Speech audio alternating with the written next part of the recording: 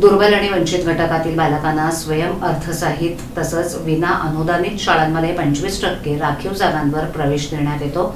यंदाच्या शैक्षणिक वर्षासाठी ऑनलाईन पद्धतीने अर्ज करण्याची प्रक्रिया सुरू करण्यात आली होती।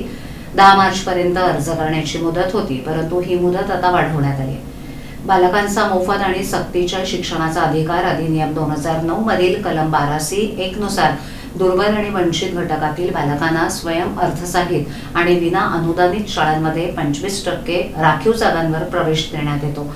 यंदाच्या म्हणजे 2026-27 या शैक्षणिक वर्षासाठी ऑनलाईन पद्धतीने ही प्रक्रिया राबवण्यात येते। RTE 25% प्रवेशासाठी बालकांच्या पालकांकडून ऑनलाईन अर्ज भरण्याची प्रक्रिया 17 फेब्रुवारी रोजी सुरू करण्यात आली असून 10 मार्चपर्यंत अर्ज भरण्यासाठी मुदत देण्यात आली होती। पालकांना अर्ज सादर करण्यासाठी अधिक वेळ मिळावा यासाठी RTE 25% प्रवेशासाठी ऑनलाईन अर्ज भरण्याची मुदत आता बुधवारी 18 मार्चपर्यंत वाढवण्यात आली।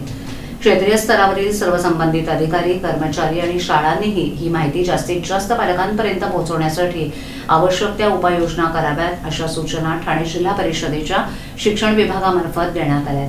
RTE अंतर्गत 25% प्रवेश प्रक्रियेमुळे आर्थिकदृष्ट्या दुर्बल आणि वंचित घटकातील बालकांना दर्जेदार शिक्षणाच्या मुख्य प्रवाहात येण्याची संधी मिळते। त्यामुळे पात्र वंचित दुर्बल घटकातील बालकांच्या पालकांनी या मुदतवाढीचा लाभ घेऊन निर्धारित संकेतस्थळावर जाऊन ऑनलाईन अर्ज सादर करावेत, असं आवाहन जिल्हा परिषद शिक्षण विभागामार्फत करण्यात आले।